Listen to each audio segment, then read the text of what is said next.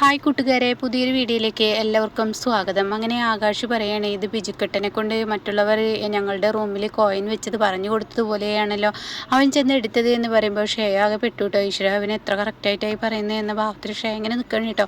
ആ സമയം ഷേയ പെട്ടെന്ന് അങ്ങ് പറയാണ്, ദേ അങ്ങനെയൊന്നും പറയാതെ, ഇവിടെ ചാരു ഈ പ്രവൃത്തി ചെയ്തതായിട്ട് എനിക്ക് തോന്നുന്നില്ല. ഇവിടെ ഇപ്പോൾ ചാരുവിനെ മാത്രം എല്ലാവരും പറയുന്നത് എന്തിനാ? ഇവിടെ ഇപ്പോൾ വേറെയുള്ളവരും അങ്ങനെ ചെയ്തു എന്ന് ചെയ്തിട്ടില്ല എന്ന് പറയാതിരിക്കാൻ പറ്റില്ലല്ലോ. വേറെ ആരെങ്കിലും ചെയ്തതാണെങ്കിലോ എന്നൊക്കെ ഇങ്ങനെ പറഞ്ഞിട്ട് ഷേയ പെട്ടെന്ന് വാക്കുകൾ മാറ്റാൻ കേട്ടോ. ഇതേ സമയം ചാരുവിനാണെങ്കിൽ കാര്യങ്ങൾ പിടികിട്ടി. ചെയ്തത് അവൾ തന്നെ. ആകാശ് ഇത് ഈ കാര്യം പറഞ്ഞതിനെ കുറിച്ച് പറയുമ്പോഴേക്കും അവളുടെ ഉള്ളിൽ ടെൻഷൻ വന്നല്ലോ. ആ ടെൻഷൻ കൊണ്ട് പെട്ടെന്ന് ചാരു അല്ല എന്ന് പറഞ്ഞു തീർക്കാൻ ശ്രമിക്കുകയാണ് കേട്ടോ. അപ്പോൾ ഈ സമയം ഉടൻ തന്നെ, മോളെ നീ മിണ്ടാതിരിക്കുക, ഇവൾക്ക് നീ വക്കാലത്ത് പറയാനൊന്നും നിൽക്കണ്ട. ഇവളിത് ചെയ്തു വെച്ചിട്ട് നിങ്ങളുടെ ശാന്തി മുഹൂർത്തം നടക്കാതിരിക്കാനും കല്യാണം നടക്കാതിരിക്കാനൊക്കെയുള്ള പരിപാടിയാണ് ഇവളിത് ചെയ്തു വെച്ചത്. അതുകൊണ്ടാണ് ഇവൾ ഇങ്ങനെയൊക്കെ ചെയ്യുന്നത് എന്നങ്ങ് പറയുമ്പോൾ ചാരുവിനങ്ങ് ദേഷ്യം പിടിക്കാൻ കേട്ടോ. ചാരു പറയണേ, ഞാനാ ഇത് ചെയ്തത് എന്നിങ്ങനെ അമ്മായിക്ക് എങ്ങനെ പറയാൻ കഴിയും? ഞാൻ ചെയ്യുന്നതായി അമ്മായി കണ്ടോ? അപ്പോൾ ഈ സമയം ഉടൻ തന്നെ ആകാശ് പറയണ, ശരിയാണ്, ഇതിപ്പോൾ ഞങ്ങൾ തന്നെ ചെയ്തതെന്ന് പറയാൻ പറ്റുമോ? അപ്പോഴേക്കും ഉടൻ തന്നെ അരവിന്ദൻ പറയണേ, ഞാനൊരു കാര്യം പറയട്ടെ, ആ റൂമിൽ ഞങ്ങൾ കിടക്കുന്നതിന് നിങ്ങൾക്ക് എതിർപ്പുണ്ടായിരുന്നു. കാരണം ആ ഒരു റൂം നിങ്ങളെ ആ റൂമിൽ നിന്ന് വലിച്ചു പുറത്താക്കി പിന്നീട് ഞങ്ങളുടെ റൂമിലോട്ട് നിങ്ങളെ മാറ്റിയപ്പോൾ നിങ്ങൾക്കുണ്ടായ ദേഷ്യം കൊണ്ട് നിങ്ങൾ ചെയ്തതാണെങ്കിലോ. അപ്പോൾ ഈ സമയം ഉടൻ തന്നെ അരവിന്ദൻ്റെ ഈ വാക്കുകൾ കേൾക്കുമ്പോൾ ഒട്ടും സഹിക്കാൻ കഴിയില്ല കേട്ടോ ഈ പറയുന്ന ചാരുവിന്. അങ്ങനെ ഷേയാണെങ്കിലോ, എന്തായാലും അരവിന്ദൻ ആൾ കൊള്ളാം, അവൻ പറയുന്നതിൽ നല്ല കാര്യമുണ്ട് എന്നുള്ള ലെവലിൽ ഇങ്ങനെ നിൽക്കണം.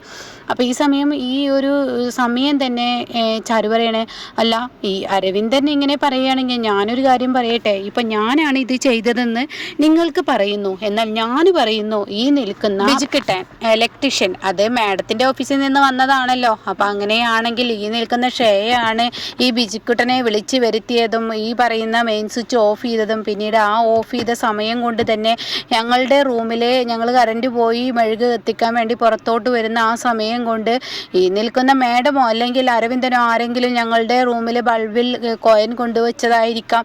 അല്ലാതെ ഇപ്പോൾ പെട്ടെന്ന് ഇവിടെ ഒരു കറണ്ട് പോക്കും അപ്പുറം ഇപ്പുറമൊന്നും ഇല്ലാത്ത പോക്ക് ഇവിടെ വരികയും അതുപോലെ തന്നെ ഈ ഒരു മെയിൻ സ്വിച്ച് ഓഫ് ചെയ്ത സമയം കൊണ്ട് ഇവിടുത്തെ നിങ്ങളിൽ ആരോ ഒരാൾ, അതായത് ഈ പറയുന്ന നിങ്ങളാണല്ലോ ഇപ്പോൾ എന്നെ പ്രതിയാക്കാൻ ശ്രമിക്കുന്നത്.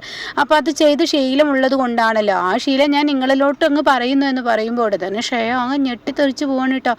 ഈശ്വര, ഇവളൊരു പുലി തന്നെയാണ് കേട്ടോ. ഇത് കാണും പോലെയല്ല, പെൺപുലി എന്നൊക്കെ പറഞ്ഞു കേട്ടിട്ടുണ്ട്.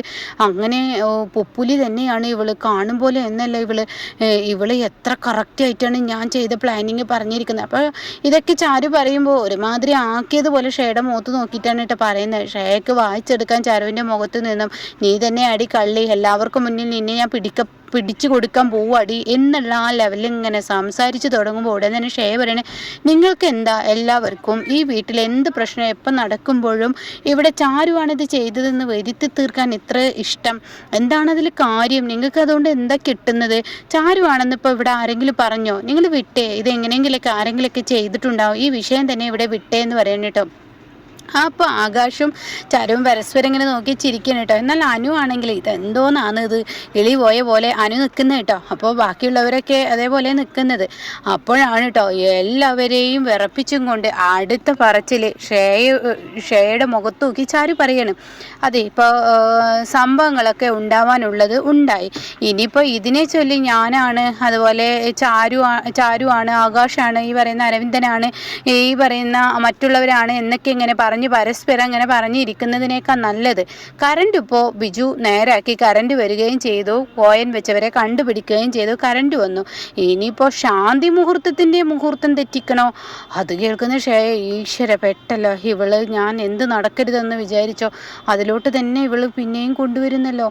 ഈശ്വര, ഞാൻ ഇപ്പോൾ എന്ത് മറുപടിയാണ് ഇവിടെ പറയുക എന്നുള്ള ആ ലെവലിൽ ഇങ്ങനെ നിൽക്കട്ടോ. അപ്പോൾ ഈ സമയം ഷേയുടെ മുഖത്തോട്ട് ഇങ്ങനെ ആകാശ് നോക്കുമ്പോൾ ഷേയുടെ മുഖം ഇങ്ങനെ നെറ്റി ചുളിഞ്ഞു വരികയാണ് കേട്ടോ. ഒട്ടും ഇഷ്ടമില്ലാതിരിക്കുന്ന ഒരു പ്രവൃത്തിയാണല്ലോ നടക്കാൻ പോകുന്നത്. ഒരിക്കലും തൻ്റെ ശാന്തി മുഹൂർത്തം നടക്കരുതല്ലോ. അപ്പോൾ അതിന് വേണ്ടിയിട്ടുള്ള കളികളാണ് കേട്ടോ. അങ്ങനെ ഈ സമയം ഉടൻ തന്നെ വീണ്ടും പറയാണ്, ദേ ഞാനൊരു കാര്യം പറയട്ടെ, ഇവിടെ ഇപ്പോൾ ശാന്തി മുഹൂർത്തത്തിൻ്റെ സമയമൊന്നും തെറ്റിയിട്ടില്ല, ആകെ 10-15 മിനിറ്റ് ഇപ്പോൾ ഈ കറണ്ടിൻ്റെ പ്രശ്നത്തിൽ ഉണ്ടായിട്ടുള്ളൂ. ഈ പറയുന്ന ബിജുക്കുട്ടൻ കറക്റ്റ് എവിടെയാണ് എന്താണ് മിസ്റ്റേക്ക് എന്ന് കണ്ടുപിടിച്ചത് കൊണ്ട് തന്നെ അതുകൊണ്ട് കുഴപ്പമുണ്ടായില്ല. അപ്പോൾ ഇവരുടെ ശാന്തി മുഹൂർത്തത്തിന് ഇനി ഒരു നേരം വെറുതെ കളയണ്ട, അത് പെട്ടെന്ന് അങ്ങ് നടന്നോട്ടെ എന്ന് പറയുന്നുണ്ടോ.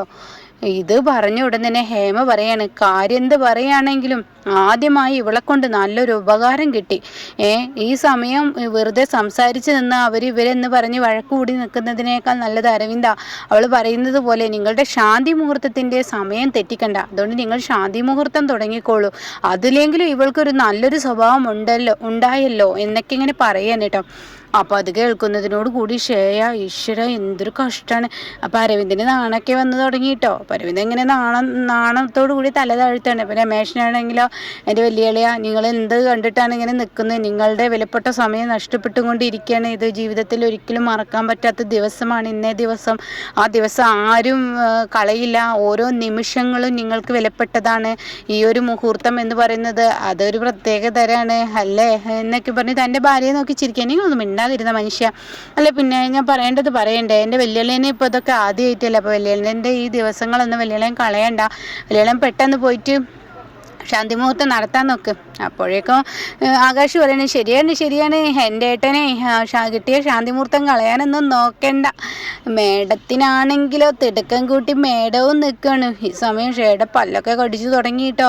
ഷേക്ക് ഇങ്ങനെ കലിപ്പ് വരൽ തുടങ്ങിയാണ്. അപ്പോഴേക്കും അരവിന്ദനാണെങ്കിലോ കാലൊക്കെ നിലത്തിങ്ങനെ കാലുകൊണ്ട് ഇങ്ങനെ റാവരക്കൽ തുടങ്ങിയിട്ടോ. അപ്പോൾ വെല്ലുവിളിൻ്റെ ഒരു നാണം എന്ന് രമേശൻ പറയണം. ഈ സമയം അമ്മ പറയണേ, മക്കളെ പൊന്നെ, നീ ഇങ്ങനെ നോക്കി നിൽക്കാതെ എൻ്റെ പൊന്നു പോയിട്ട് എൻ്റെ മോൻ്റെ കൂടെ പോയിട്ട് ശാന്തി മുഹൂർത്തത്തിൻ്റെ ആ സമയം കളയാതെയും കണ്ട് നിങ്ങൾ പോയിക്കോളൂ. രണ്ടുപേരെയും ഞാൻ റൂമിലോട്ട് ആക്കിത്തരാം. അങ്ങനെ ഹേമ അവർ രണ്ടുപേരെയും കൈ പിടിച്ച് പതിയെ കൊണ്ടുപോവാണ് കേട്ടോ. ഇതേ സമയം എല്ലാവരും പോകുന്നു. ശാന്തി മുഹൂർത്തത്തിനാക്കി കൊടുക്കാൻ പോവാണ്. അപ്പോൾ ചാരുവും ആകാശവും പരസ്പരം ഇങ്ങനെ നോക്കുന്നുണ്ട്. നടന്നത് തന്നെ ആ മുഹൂർത്തം. അവളുടെ ലക്ഷ്യം ഈ വീട് തറപറ്റിക്കുക എന്നുള്ളതല്ലേ. എൻ്റെ ഏട്ടൻ ഇനി ഓരോ ദിവസവും ഒരു ദിവസം പോലും അവൾ ശാന്തി മുഹൂർത്തം പോയി കിടപ്പറയിലൊന്ന് കിടക്കാൻ പോലും എൻ്റെ ഏട്ടനെ അനുവദിക്കുന്നത് എനിക്ക് തോന്നുന്നില്ല എന്നൊക്കെ പറയുമ്പോൾ എന്തായാലും അനുഭവിക്കുമ്പോൾ തന്നെ ഇവരൊക്കെ പഠിക്കത്തുള്ളൂ എന്നും ചാരു പറയുന്നുണ്ട് കേട്ടോ. അങ്ങനെ ഇവർ രണ്ടുപേരെ റൂമിലോട്ട് തള്ളുകയാണ്. അങ്ങനെ ഈ സമയം കഥകൊക്കെ പുറത്തുനിന്ന് അടച്ചിട്ട് പതിയെ ഇങ്ങനെ പോവാണ്. ചാരി വെച്ച് ഇവർ പോവാണ്. അപ്പോഴേക്കും നാണത്തോടു കൂടി ഇങ്ങനെ ഈ പറയുന്ന അരവിന്ദൻ ഇങ്ങനെ നിൽക്കുകയാണ്. ഷേക്ക് വരേണ്ട നാണം ഫുള്ളായി അരവിന്ദൻ്റെ മുഖത്താണ് കേട്ടോ. അങ്ങനെ അരവിന്ദൻ, മാഡം ഇന്നത്തെ ദിവസം തന്നെ ഇങ്ങനെയൊക്കെ സംഭവിച്ചു. എന്തായാലും പാടില്ലാത്തത് തന്നെയാണ് സംഭവിച്ചത്. ഇന്നത്തെ ദിവസം നമ്മുടെ ശാന്തി മുഹൂർത്തം തടസ്സമുണ്ടാക്കാനായിട്ട് ഇങ്ങനെയൊക്കെ ചെയ്തു. അതൊന്നും നോക്കിയിട്ട് കാര്യമില്ല എന്നിങ്ങനെ പറയുന്നുണ്ട് കേട്ടോ. അങ്ങനെ പറഞ്ഞിട്ട് ഇങ്ങനെ പതിയെ ഷേയുടെ അടുത്തോട്ട് വരികയാണ്. പാല് കൊണ്ടുവന്ന് വെച്ചിട്ടുണ്ട്. ഇനി നമ്മുടെ ശാന്തി മുഹൂർത്തത്തിലോട്ട് കടക്കാം.